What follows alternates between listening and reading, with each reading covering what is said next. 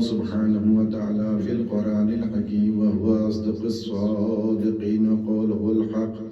بسم الله الرحمن الرحيم. يسبح لله ما في السماوات وما في الأرض. صلوات محمد وعلى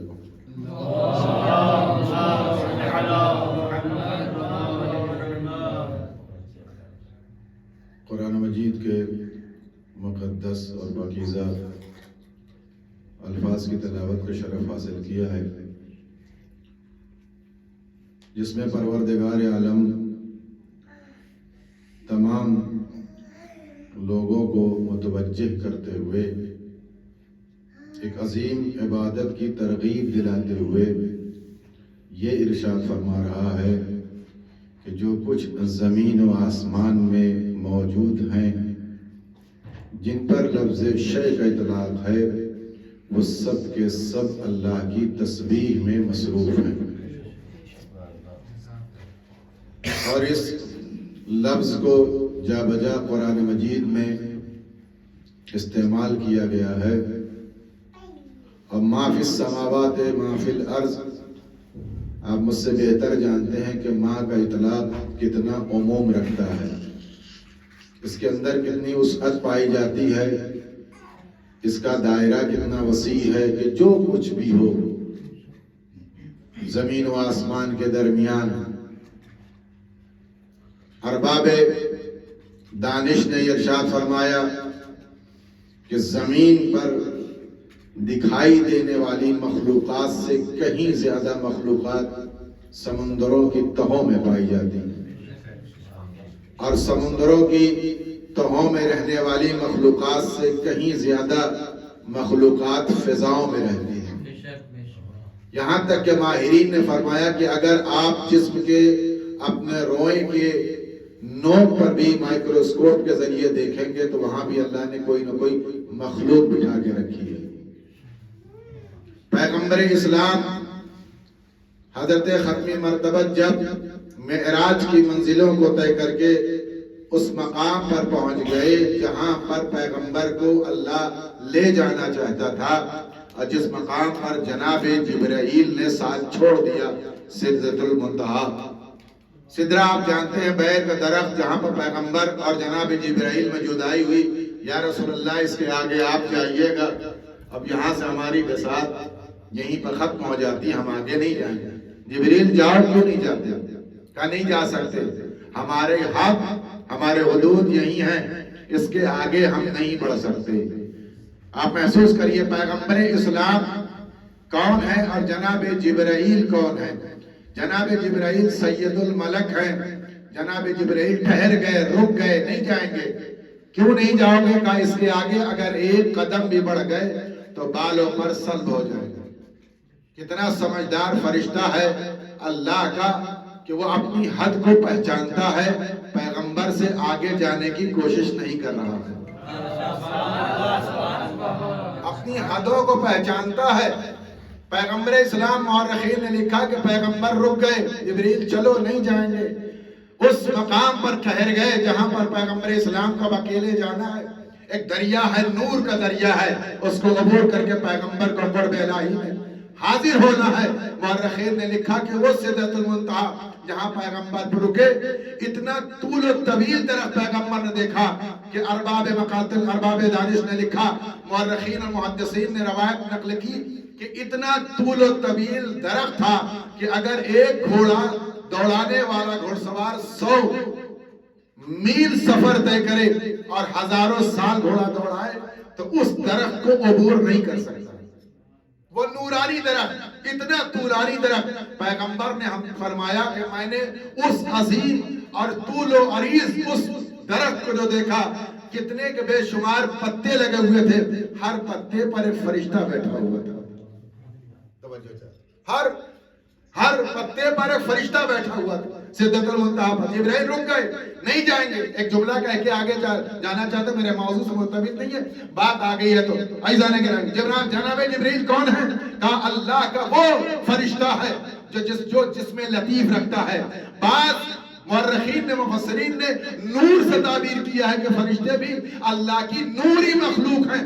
وہ پیغمبر کی حدوں کو پہچانتے اپنی حدوں کو پہچان کے رک گیا. عزیزان گرامی میں مسلمانوں کو لمحہ فکریہ دینا چاہتا ہوں, تمہیں غور کرنا چاہیے. جب ایک نوری ملک تمام ملائکہ کا سردار اپنی حدوں کو پہچان کے ٹھہر گیا کہ اگر ایک قدم آگے بڑھے تو بالوں پر سلب ہو جائیں گے, جب وہ نوری ہو کر کے پیغمبر جیسا نہیں ہو سکا, جب وہ نور ہو کر کے پیغمبر جیسا نہیں ہو سکا تو ہم جیسا خاکی پیغمبر جیسے کیسے ہو سکتا ہے؟ ایک صلوات پڑھیے محمد والے محمد.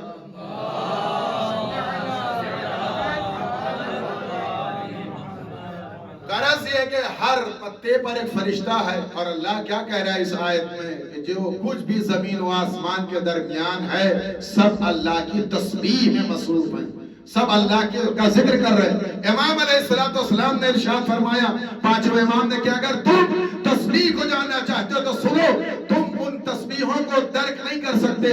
تسبیح دو قسم کی ہوتی ہے, یعنی دو قسم کی صوت اور آواز کو تاریخ نے نقل کیا, ایک زبان حال, ایک زبان مقال.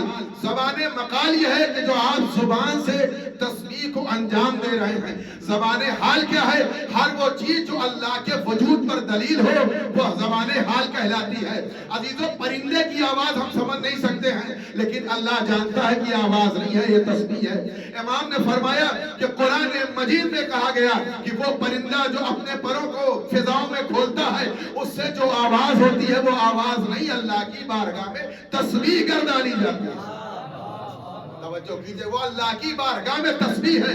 پانچویں امام نے فرمایا گرنے والی دیوار سے جو آواز آتی ہے وہ تسبیح, وہ آواز نہیں ہوتی, وہ اللہ کی بارگاہ میں تسبیح ہے. عزیزان گرامی, پیغمبر نے فرمایا کہ سواری رکھنے کے آداب ہیں, شرائط ہیں, اخلاق ہیں, کچھ شرائط پائے جاتے ہیں. کیسی سواری؟ جو لوگ سواری رکھتے ہیں کا پہلا ادب یہ ہے کہ ان کے کھانے اور دانے کا انتظام کیا جائے. اگر کھانے اور دانے کا انتظام نہ ہو تو سواری رکھنا تمہارے لیے مکروہ ہے, بلکہ یہی سواری تمہارے رزق کے تنگی کا سبب بن جائے گی. لیکن اگر تم نے سواری کے اپنی طریقے سے اس کا اہتمام کیا ہے, جیسے تم اپنے شکم سیر ہونے کے رزق کے اعتبار سے اپنے لیے تمام چیزوں کو فراہم کرتے ہو, اس کے بعد پیغمبر نے فرمایا کہ آداب میں سے ہے جب تم سواری پر سوار ہو اور دوران سفر کوئی تم سے ملاقات کے لیا جائے تو اپنی سواری پر سوار رہ کر کے اس سے گفتگو نہ کرو, نیچے اترو, اس جانور کا احترام کرو, اس کو بلا وجہ بوجھ اس کا اپنے اوپر نہ ڈالو.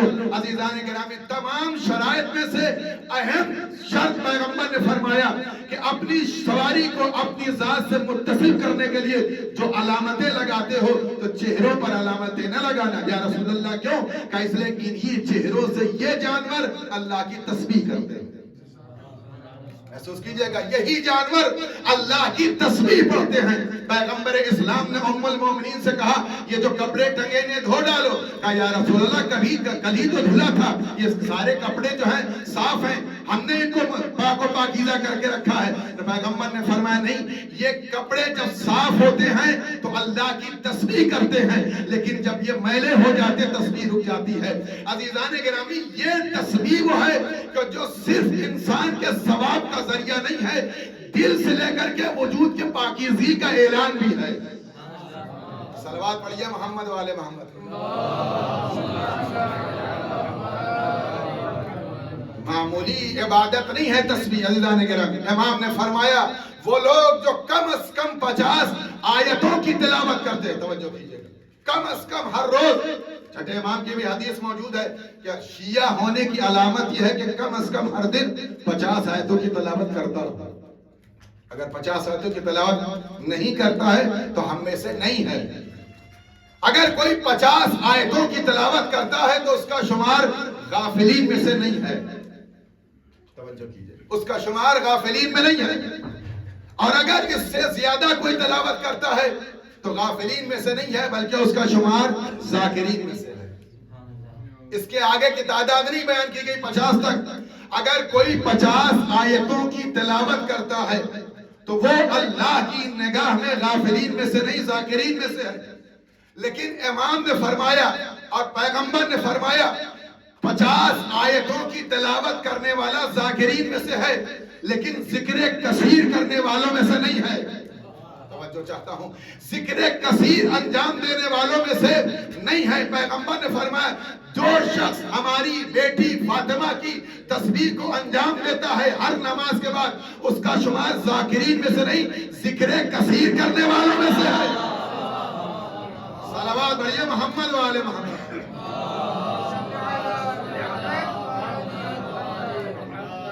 یہ عظیم تسبیح ہے جو جناب سیدہ کے ذریعے سے معصومین نے دنیا میں بطور تحفہ اتارا ہے, جو پیغمبر کی بیٹی کا تحفہ امت کے حوالے سے دیا گیا ہے. عزیزان گرامی, امام نے فرمایا کہ میں اپنے بچوں کو اپنے گھرانے میں, اہل بیت اطہار علیہ السلام کے گھرانے کے بچے کیسے ہو سکتے ہیں آپ تصور بھی نہیں کر سکتے. عزیزان, امام نے فرمایا میں اپنے بچوں کو اس تسبیح کو ویسے ہی سکھاتا ہوں جیسے نماز کی تلقین کی جاتی ہے, جیسے نماز کی تلقین کی جاتی.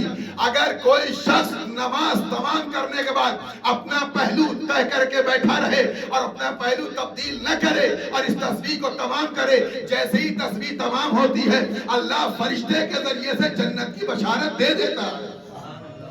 ایک تسبیح پڑھنے کی بنا پر اللہ جنت کی بشارت دے دیتا ہے. یہاں تک کہ امام نے فرمایا اگر کوئی شخص چاہے نماز واجب ہو چاہے نماز مستحب ہو, کوئی بھی نماز ہو, جیسی بھی نماز ہو جس عالم میں پڑھی گئی ہو, اگر کوئی نماز کو تمام کرنے کے بعد جیسے ہی جناب سیدہ کی تسبیح کو پڑھتا ہے اللہ اس کی تسبیح کے مقابل میں 1000 رکعتوں کا ثواب درج کر دیتا ہے.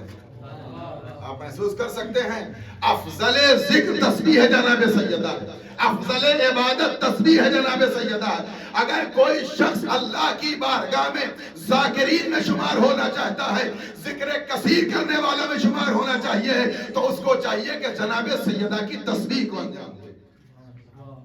جناب سیدہ کو پانچویں امام سے پوچھا کہ مولا اس تسبیح کی اہمیت کیا ہے؟ امام نے فرمایا اس تسبیح کی اہمیت جاننا چاہتے ہو, اس تسبیح کی اہمیت یوں سمجھو کہ پیغمبر کون ہے؟ کہ پیغمبر دنیا کے سب سے عظیم بشر ہے, خلق عظیم پر فائز ہونے والا رسول, سید الانبیاء سید المرسلین, جس کی نبوت کے لیے 1,24,000 پیغمبروں کو دنیا میں اتارا گیا بطور تبعید. ہر نبی پر ضروری تھا کہ آپ کی نبوت کا عہد بھی کرے اور آپ کی نبوت کا اعلان بھی کرے. اتنا بڑا نبی, اور جب انسان جس معیار پر بلند ہوتا ہے اسی معیار کا تحفہ بھی پیش کرتا ہے. تحفے کی قیمت دینے والے کے حیثیت کے اعتبار سے اور جس کو دیا جا رہا ہے اس کے وقار کے اعتبار سے تحفے کی قیمت بڑھ جاتی ہے. عزیزان گرامی, مدرسے کا طالب علم کسی کو تحفہ دے اس کی قیمت کچھ اور ہے. مدرسے کا استاد اگر کسی کوئی تحفہ دے اس کی اہمیت کچھ اور ہے. مدرسے کا مدیر اگر کوئی تحفہ دے تو اس کی اہمیت کچھ اور ہے. حوزے کا ذمہ دار کوئی تحفہ دے تو اس کی اہمیت کچھ اور ہے. اگر کوئی مرجع مجتہد کسی کو تحفہ دے تو اس کی اہمیت کچھ اور ہے. عالم دورہ اگر کسی کو تحفہ دے تو اس کی اہمیت کچھ اور ہے. امام کسی کو تحفہ دے تو کچھ حیثیت اور ہے. پیغمبر اسلام, توجہ کیجئے کہ امام نے فرمایا پیغمبر اسلام تحفہ دینے جا رہے ہیں. جس نے تحفہ دیا وہ سید الانبیاء ہے, جس کو تحفہ دیا وہ سیدۃ نساء العالمین ہے. وہ سیدۃ نساء العالمین ہے, بلکہ عالمین من الاولین الی الاخرین ہیں, یعنی تمام عورتوں کی سردار. وہ عورت بھی, وہ خاتون بھی, وہ عظیم معظمہ بھی شامل ہیں جن کو قرآن نے دوہری پاکیزگی کی سند دی. مریم تم دوہری طہارت رکھتی ہو, تم اپنے زمانے کی عورتوں کی سردار ہو. اس عظیم سردار خاتون کی بھی سردار جناب سیدہ. عزیزان گرامی, امام نے فرمایا اگر پیغمبر کی بارگاہ میں ان کے نگاہ اقدس میں تسبیح کے علاوہ کوئی قیمتی تحفہ ہوتا تو اس سے بہتر اپنی بیٹی کو تحفہ دیتے. پیغمبر کی خدمت میں اس سے بہتر تحفہ نہیں تھا جو اپنی بیٹی کو یہ تحفہ عطا فرمایا. عزیزان گرامی, جناب سیدہ کو جو تحفہ دیا پیغمبر اسلام نے تسبیح کا تحفہ دیا. پیغمبر اسلام کی بیٹی نے سب سے پہلی تسبیح جو پڑھی اپنے دست مبارک سے جو بنائی وہ اون کی تسبیح بنائی. کہ آپ جو تسبیح کی شکل دیکھ رہے ہیں یہ کسی اور غیر معصوم کی بنائی ہوئی تسبیح کی شکل نہیں ہے، یہ صدیق طاہرہ سلام اللہ علیہ کے دست مبارک کی بنی ہوئی تسبیح ہے۔ سب سے پہلی تسبیح اون کی بنائی اور سب سے پہلی تسبیح صدیق طاہرہ نے پڑھی، اور اس کے بعد جب جناب حمزہ سید الشہداء کی شہادت ہوئی تو جناب صدیق طاہرہ جناب حمزہ کی قبر اطہر پر آئیں اور دوران گریہ وہاں سے مٹی اٹھایا اور اپنے دست مبارک سے گوندا تسبیح تیار کی، اور جناب سیدہ نے جب تک اپنی زندگی میں با حیات آپ رہی اسی سے تسبیح پڑھتی رہی۔ ایک صلوات پڑھتے ہیں محمد علیہ محمد۔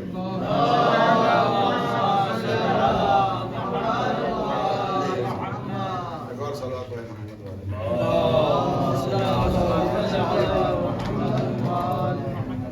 جب تک آپ با حیات رہی ہیں اسی تسبیح کے ذریعے سے تسبیح آپ پڑھتی رہی عزیزان گرامی۔ اس کے بعد جناب سیدہ سلام اللہ علیہ نے اس تسبیح کو دنیا میں اس انداز میں رائج کیا کہ تسبیح اور جناب سیدہ کا نام لازم و ملزوم بن گیا، اور اتنی کثرت سے تسبیح پڑھی گئی کہ اہل مدینہ نے کہا کہ کوئی وقت ایسا نہیں رہتا تھا کہ جناب سیدہ کا گھر تسبیح سے خالی رہا ہو، تسبیح سے عاری رہا ہو، یعنی جناب سیدہ کا گھر تو ہو لیکن تسبیح نہ ہو رہی یہ ممکن نہیں ہے، بلکہ قرآن کے نقطہ نظر سے دیکھا جائے تو یہ تسبیح اپنے زمانے میں قرآن مجید کے اعتبار سے زمانے کے امام اور حجت خدا کے وجود پر دلیل ہے، اس لیے کہ قرآن سورہ نور میں کہہ رہا ہے اللہ نور السماوات والارض مثل نوری کمشکات، اللہ اس زمین و آسمان کا نور ہے، اپنے نور کو اللہ نے مشکات میں ودیت کیا، مثال دی ہے۔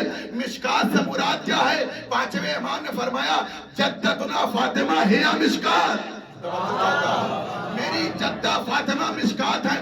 مشکات اس مرکز کو کہتے ہیں جہاں پر چراغ جلایا جاتا ہے، اگر چراغ نہ ہو، توجہ چاہتا ہوں، اگر وہ مرکز نہ ہو تو چراغ کا نور کہیں پھیل نہیں سکتا۔ اس حال کو اگر روشن کرنا ہے، کونا کونا منور کرنا ہے تو ایک ایسی جگہ بنائیے جہاں پر چراغ رکھا جائے اور ایسے پوائنٹ پر رکھا جائے جہاں برابر سے نور پہنچ جائے۔ توجہ چاہتا ہوں، جناب سیدہ اسلام کی وہ ایسی مرکزیت کا نام ہے جہاں سے طہارت بھی مطمئن ہوتی ہے، عصمت بھی مطمئن ہوتی ہے، رسالت بھی مطمئن ہوتی ہے، نبوت بھی مطمئن ہوتی ہے۔ اسی لیے جناب جبرائیل نے پوچھا پروردگار اس چادر کے نیچے کون ہے؟ اللہ نے دیکھا نبوت سے تعارف نہ ہو سکے گا، امامت سے تعارف نہ ہوگا، ایک ہی ذات ہے جو برابر سے تعارف کرائے گی، ہم فاطمہ تو بابوہا وبالوہا وبنوہا۔ چادر کے نیچے کوئی اور نہیں ہے، فاطمہ ہیں، ان کے بچے، ان کا شوہر، ان کے بیٹے موجود ہیں۔ عزیزو یہ مرکزیت ہے جناب سیدہ کی۔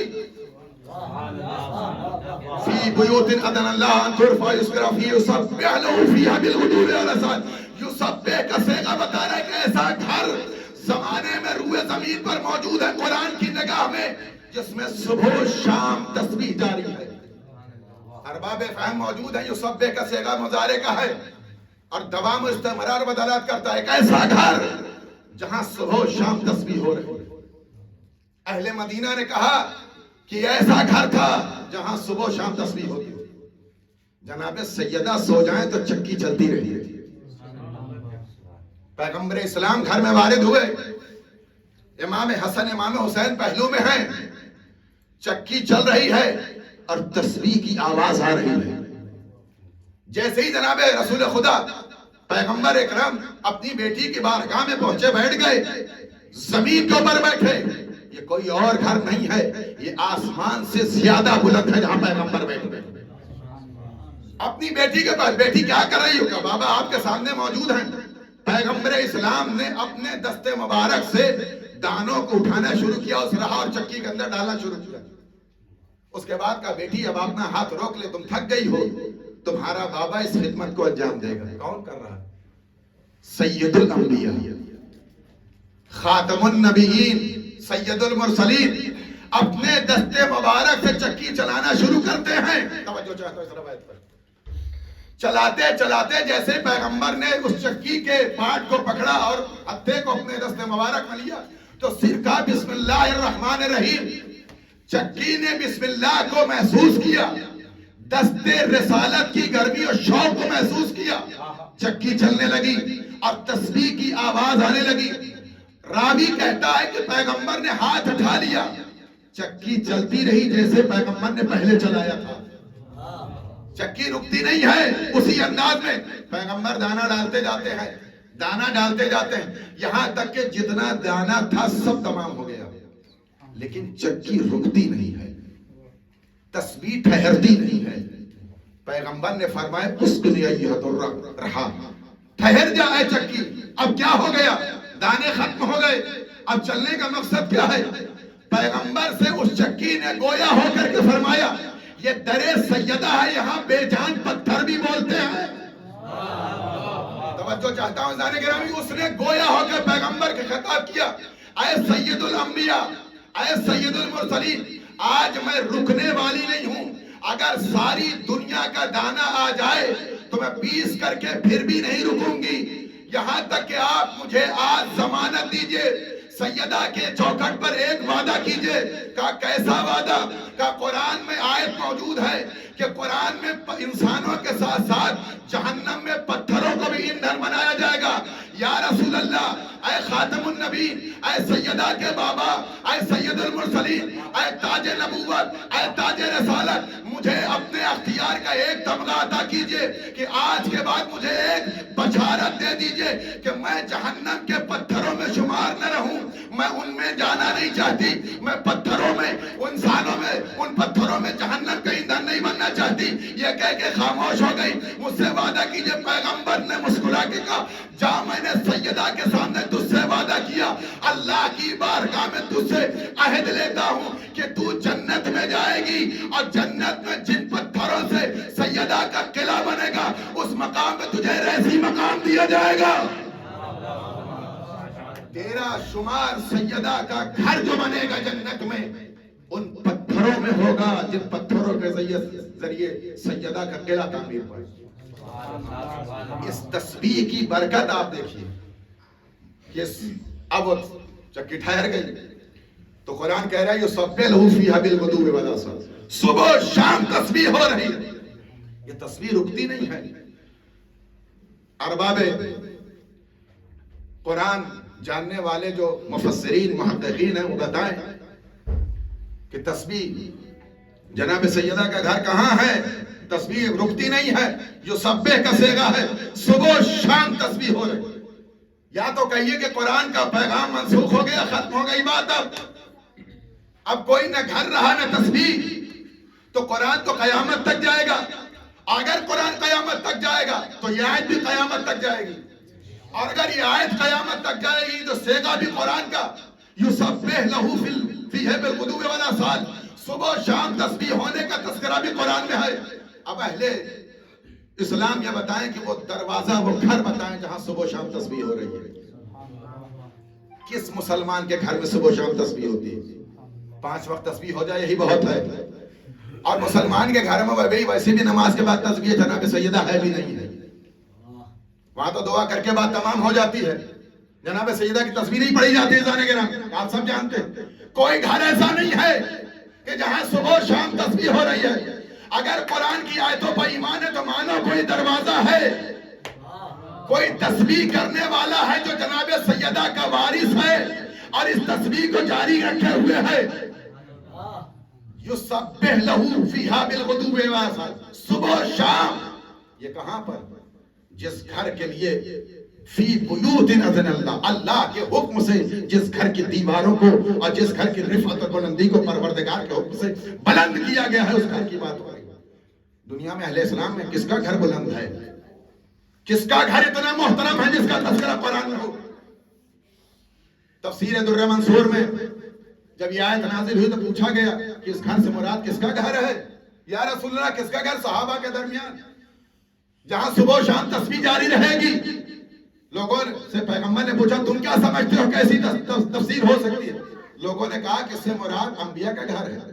پیغمبر نے فرمایا نعم، ہاں اس سے مراد انبیاء کا گھر ہے، بیوت الانبیاء، انبیاء کا گھر، انبیاء کے گھروں میں تسبیح ہوتی رہی۔ اب مسلمان بتائے جناب آدم کا گھر کہاں ہے؟ جناب ابراہیم کا گھر کہاں ہے؟ جناب نوح کا گھر کہاں ہے؟ دیگر انبیاء حتیٰ پیغمبر اسلام کا گھر دکھاؤ، تم کو ہمارے پاس بال تو موجود ہے، گھر کہاں ہے؟ منہ مبارک پیغمبر کی ہے، نال مبارک ہے، امامہ ہے، عصا ہے، سب کچھ ہے، گھر کہاں ہے؟ کیا یہ رسول کا گھر تھا؟ اس کی چوکھٹ نہیں تھی؟ اگر نہیں ہے تو قرآن کیوں کہہ رہا ہے اسے گھر کا احترام کرو، جس میں صبح و شام اللہ کا ذکر، اس کی تسبیح جاری ہے؟ کوئی تو گھر ہوگا۔ عزیزان گرامی، جناب آدم کا گھر نہیں ہے، انبیاء کا گھر نہیں، حتیٰ پیغمبر کا دروازہ نہیں ہے، کہاں جائے گا مسلمان عزیزان؟ اور یہ کہا جا رہا ہے تو وہیں پر پیغمبر اسلام سے کسی نے کہا کھڑے ہو کر کے، کسی نے کیا؟ خلیفہ اول کھڑے ہوئے، خلیفہ اول کھڑے ہوئے، اشارہ کیا امیر المومنین کے دروازے کی جانب۔ یہ جو فاطمہ اور علی کا گھر کیا اس سے مراد یہ بھی ہے؟ پیغمبر نے صرف نام نہیں کہا، پیغمبر نے فرمایا نام ہیا من افضلہا، ہاں یہ انبیاء کے گھروں سے افضل ہے۔ اگر نام کہہ دیتے تو نبی کے گھر انبیاء کے گھر کے برابر ہوتا۔ افضل کی تاکید کی ہے پیغمبر نے، ہاں صرف یہ انبیاء کے گھروں میں نہیں، انبیاء کے گھروں سے افضل ہے۔ پیغمبر جانتے تھے آدم کی چوکھٹ نہیں رہے گی، نوح کی چوکھٹ نہیں رہے گی، انبیاء کی چوکھٹ ختم ہو جائے گی۔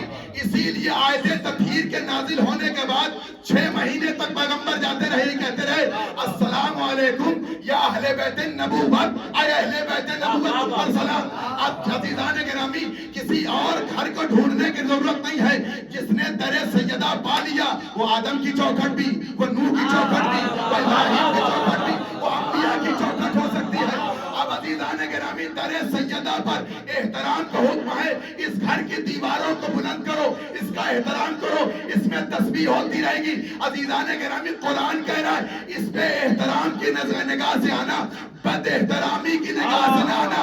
اب جو بد احترامی کی نگاہ سے آئے گا تو تنہا سیدہ کا دشمن نہیں ہوگا، آدم کے مقابل میں آنے والا شیطان ہوگا، نوح کے مقابل میں آنے والا نمرود ہوگا، موسیٰ کے مقابل میں آنے والا وقت فرعون ہوگا۔ صلوات پر محمد و آل محمد۔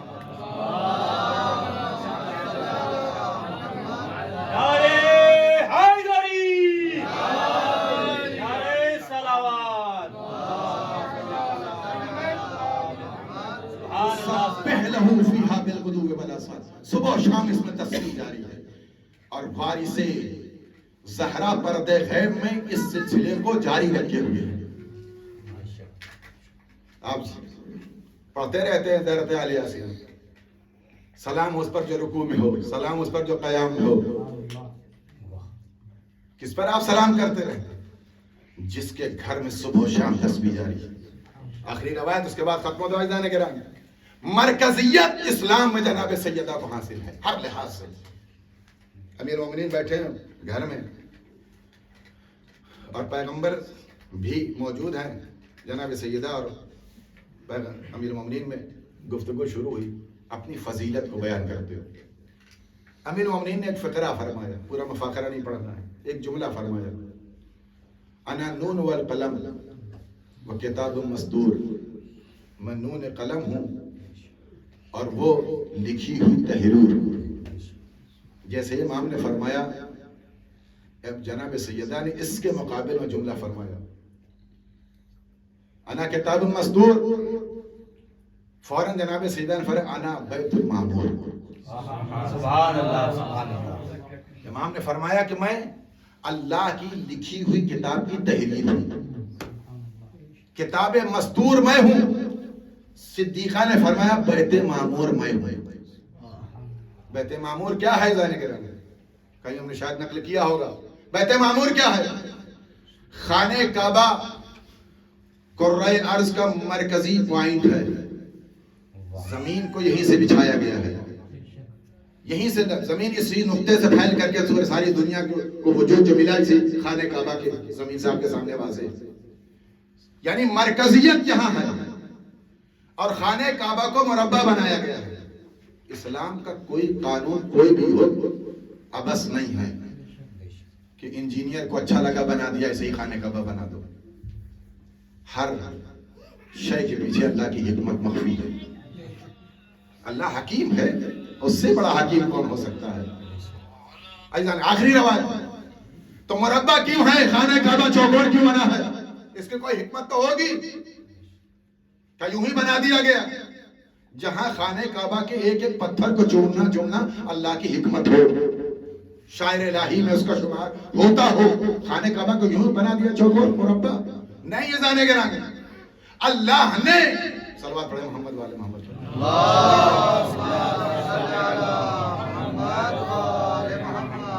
اللہ نے اس خانہ کعبہ کو جو مربع بنایا ہے بیت معمور کی شکل میں بنایا ہے، اسی کے سیدھ میں نور اترتا ہے جو بیت معمور کا اسی مربع حیثیت سے اتنا ہی مقدار میں اتنی مسافت میں جتنی مسافت میں خانہ کعبہ بنائے اسی مسافت کے تحت اللہ نے بنایا جتنی مسافت میں چوتھے آسمان پر اللہ نے بیت معمور کو سجایا۔ سید براقی حسین براقی النجفی اپنی کتاب تاریخ نجف اشرف میں لکھا کہ اے علی، رسول خدا نے فرمایا اے علی، جب اللہ نے دنیا اور آسمان کے تمام لوگوں پر ہماری اور تمہاری ولایت کو پیش کیا تو سب سے پہلے جس نے قبول کیا وہ چوتھا آسمان تھا۔ جیسے ہی چوتھے آسمان نے ہماری ولایت کو قبول کیا اللہ نے خوش ہو کر کے اس کو بیت معمور سے سجا دیا۔ سبحان اللہ سبحان اللہ۔ ولایت علی کی قیمت بیت معمور سے کم نہیں ہے، اللہ نے بیت معمور سے سجا دیا۔ بیت معمور وہی جہاں جناب عیسیٰ چرخ چہارم پر موجود ہیں ذالک راہ۔ بیت معمور کیوں پھر کہا وہاں بھی چوکور کیوں بنا ہوا مربع؟ کہ اسلام میں تسبیح پروردگار کے 4 پائے ہیں جن کو ہم تسبیحات اربع کہتے ہیں، جن کو ہم تسبیحات اربع کہتے ہیں، اور یہ تسبیح اربع اسلام کی اور یاد پروردگار حمد ثناء الہی کی اساس ہے، بنیاد ہے۔ اگر یہ تسبیح نکال دی جائے نماز ختم ہو جائے گی، سند اسلام معدوم ہو جائے گا۔ اللہ کی پاکیزگی، اللہ کی بزرگی، اللہ کی توحید سب اس کے اندر تسبیحات اربع کے اندر اللہ کے ہم بلکہ صمدیت کے جتنے راز پائے جاتے ہیں سب تسبیحات اربع کے اندر موجود ہیں۔ عزیزان گرامی، سب کچھ تسبیحات اربع کے اندر مخفی رکھا گیا ہے، اور چونکہ تسبیحات اربع ہے اس کے 4 پائے ہیں، اسی لیے اللہ نے بیت معمور کو بھی 4 پائے پہ خلق کیا ہے، اور اسی لیے اللہ نے خانہ کعبہ کو بھی بیت معمور کے اعتبار سے 4 ستون پر رکھا ہے تاکہ وہاں بھی تسبیحات اربع بیدار رہے، یہاں بھی تسبیحات اربع کا لوگوں کو خیال باقی رہے۔ اور تسبیحات اربع کنہ اسلام کا نام ہے، کنہ حمد الہی کا نام ہے، حقیقت پروردگار بزرگی بھی اس میں، وحدت بھی اس میں، پاکیزگی بھی اس میں، حمد بھی اس میں، ساری سمدیت سمیٹ کر کے اللہ نے اس تسبیحات اربع میں رکھی ہے۔ اگر تسبیحات اربع کو نکال لیا جائے تو اللہ کے حمد میں بچتا کچھ نہیں ہے۔ عزیزو، جناب سیدہ نے کیوں کہا میں بیت معمور ہوں؟ اسی لیے جناب سیدہ نے کہا کہ جیسے تسبیحات اربع کے بغیر حمد الہی مر جاتی ہے ویسے وجود سیدہ کے بغیر اسلام کا قانون مر جائے گا۔ نہ رسالت مکمل ہے نہ ولایت مکمل ہے، کچھ بھی مکمل نہیں عزیزو اگر جناب سیدہ کو ہٹا دیا جائے۔ اسی لیے اگر آپ جس اسلام کے جس رخ پر آپ جائیے، قرآن پر جائیے گا تو قرآن نے فرمایا اِنَّا أَنزَلْنَاهُ فِي لَيْلَةِ الْقَدْرِ وَمَا أَدْرَاكَ مَا لَيْلَةُ الْقَدْرِ۔ لیلۃ القدر میں قرآن نازل ہوا۔ لیلۃ القدر کیا ہے؟ امام نے فرمایا لیلۃ القدر سے مراد میری جدہ فاطمہ سے، عدیل قرآن کا نام صدیق طاہرہ، رسول اسلام صدر اسلام ہے، رسول اسلام مرکز قرآن ہے، رسول اسلام کا سینہ اس قابل ہے کہ اللہ کی پاکیزہ کتاب اس صدر اطہر پر نازل ہو، اس سے پوچھئے آپ کون ہیں تو وہی کہے گا فاطمہ تو بزتم منی، میرا رشتہ فاطمہ سے ہے کہ میرے جگر کا ٹکڑا ہے فاطمہ۔ امیر المومنین کے پاس آئی آپ کا رشتہ کیا ہے؟ میری زوجہ ہے فاطمہ۔ امام حسن امام حسین پر جائیے آپ سے رشتہ، میری ماں ہے فاطمہ۔ اسلام کے جس رخ پر جائیے جناب سیدہ کو مرکزیت حاصل ہے۔ عزیزان کرام، نہ یہ بلندی نہ یہ رفعت یہ کمال کسی کو حاصل نہیں جو جناب سیدہ کو حاصل ہے، کسی کو حاصل نہیں۔ اسی لیے امام محمد باقر نے فرمایا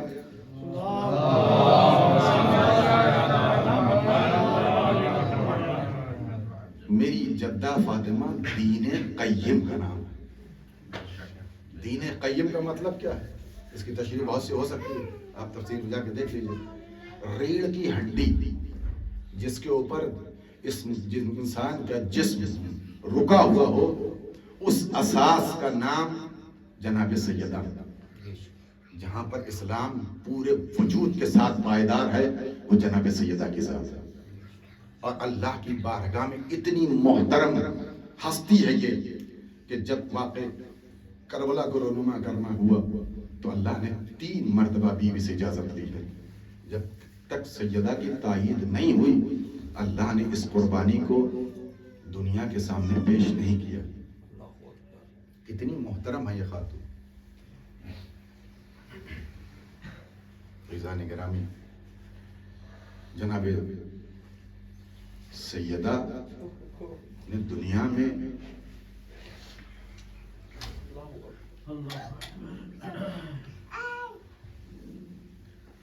آج اہل اسلام کا ایک نعرہ ہے، سب کا تذکرہ ہو، سیدہ کا تذکرہ ممبر سے نہ کیا جائے.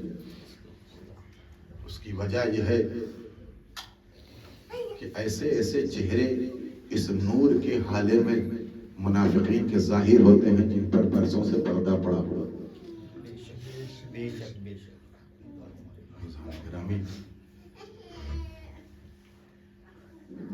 جس دروازے سے فقیر مطمئن ہوتا ہو، جہاں مسکین کو اپنے غربت کی آماجگاہ دکھائی دیتی ہو،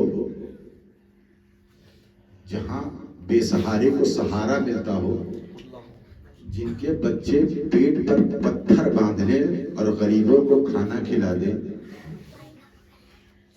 ان لوگوں نے کسی کا کیا بگاڑا ہے؟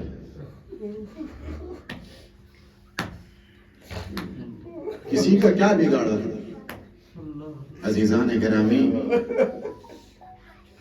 وصال پیغمبر کے بہت دن نہیں گزرے ہیں، اہل مدینہ نے کیا دیکھا کہ ایک گھر ہے جس سے دھواں اٹھ رہا ہے.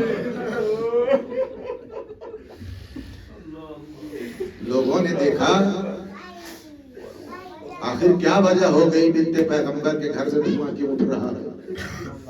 ابھی وصال پیغمبر کے کتنے دن ہو گئے، تندور روشن کر دیا گیا، لیکن جب لوگ آئے تو کیا دیکھا؟ تندور نہیں روشن ہے، گھر کا دروازہ جل رہا ہے. گھر کا دروازہ جل رہا ہے. اللہ اکبر. عزیزان گرامی، صاحب لمت البیضاء نے لکھا کہ صرف دروازے پر لکڑیاں نہیں تھی، گھر کے چاروں طرف لکڑیاں رکھی گئی. جن لکڑیوں کا انتخاب کیا گیا تھا وہ جلتی بہت جلدی تھی، بجھتی بہت دیر میں تھی.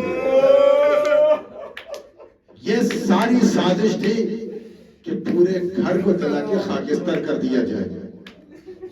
عزیزان گرامی، کتنی امید سے جناب سیدہ نے یہ فکرہ فرمایا تھا. کیا یہ امید جس کا بابا امت کا ذمہ دار ہو اس کے لیے پیغمبر نے فرمایا، کیا تم اس کی بیٹی کے، کیا تم اس گھر میں آگ لگاؤ گے جس میں رسول کے چھوٹے چھوٹے بچے رہتے؟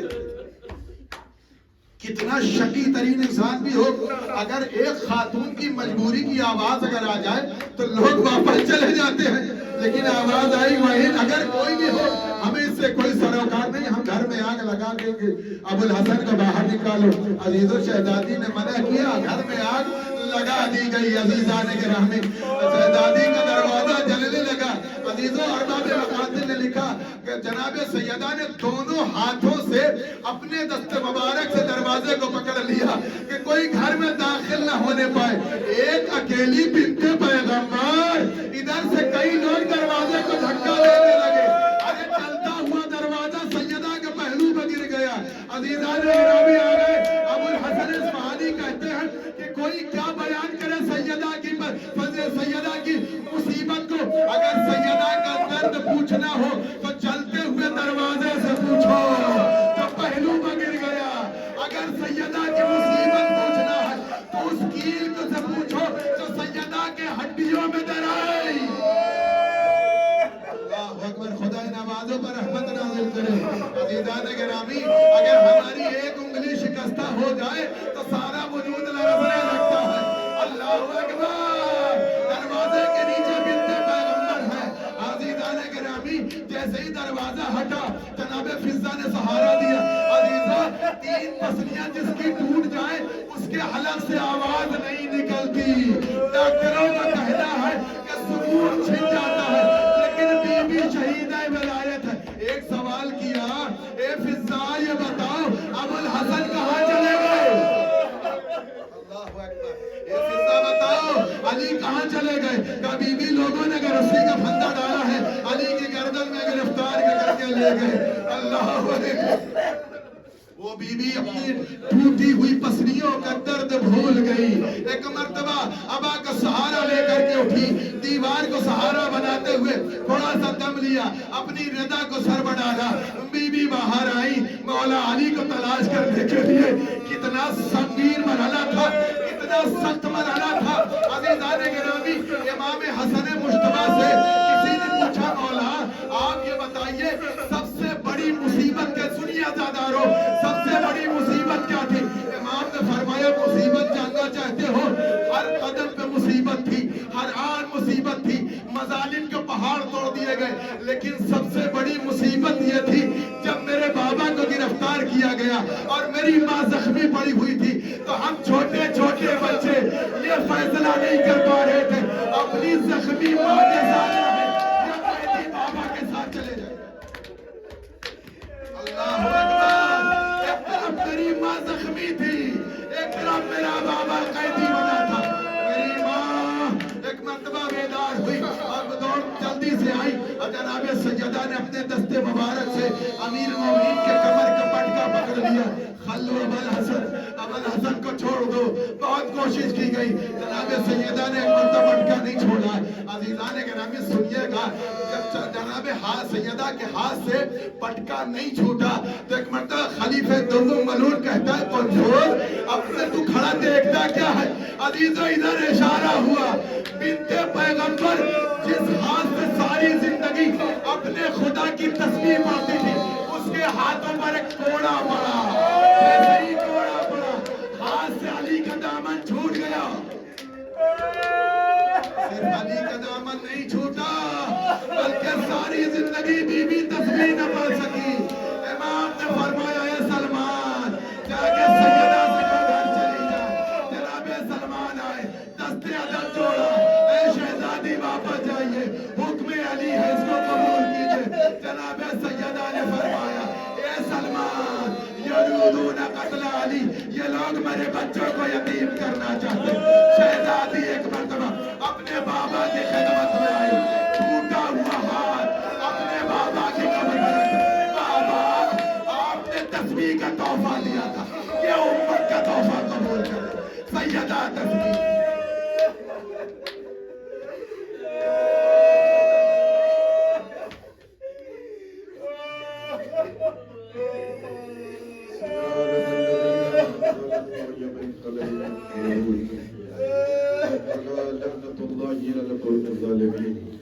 اللهم كل وليك الحجة ابن الحسن صلوات الله عليه وعلى آبائه في هذه الساعة في كل ساعة وليا وحافظا وقائدا وناصرا وإن حتى تسكن ويطافا وتوفى فيه طويلا. بار الہ ہمارے اس مختصر سی آواز کو قبول فرما. پروردگار شیعہ میں حضر قرار جہاں جہاں بھی جان مال عزت آبرو کی حفاظت فرما. علماء کرام اور اعزاز کی حفاظت فرما. ہماری توفیقات خیر میں اضافہ فرما. پروردگار تمام حاضرین کی شرعی حاجتوں کو قبول فرما. پروردگار صاحب اعضاء کی تمام مشکلات کا درگزر فرما. ان کی تمام پریشانیوں کو دور فرما. جو مقروض و قرض غیب سے ادا فرما. پروردگار بیوی کے ذکر کے صدقے ہم کو اہل بیت علیہ السلام کے چاہنے والوں میں شمار فرما. ہمارے عمل سے ہمارے ایمان کو راضی خوشنود فرما. پروردگار جوار معصوم موجود ہیں ان کو ہمارے مقصد میں کامیاب و کامران فرما. پروردگار بہترین دعا اور عظیم دعا یوسف زہرا کے ظہور میں تعجیل فرما. امام کی فوج ظفر موج میں ہم سب کو شمار عنایت فرما. وتقبل منا انک انت السمیع العلیم.